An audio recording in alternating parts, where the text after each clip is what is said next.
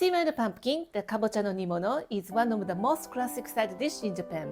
We love the natural sweetness with a hint of soy sauce. It may look so simple, but actually it took me a while to get it right.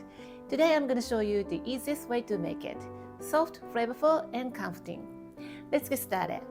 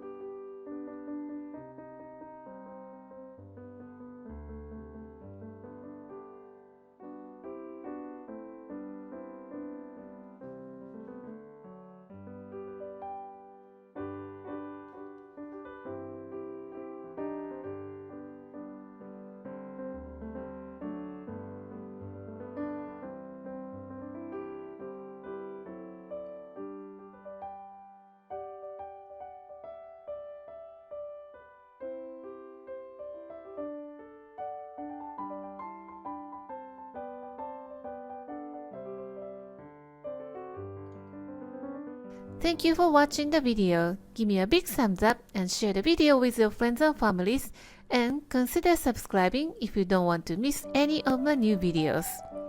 And follow me on the social media and tag me on your post if you give it a try. And join my happy eating group to share your food with me.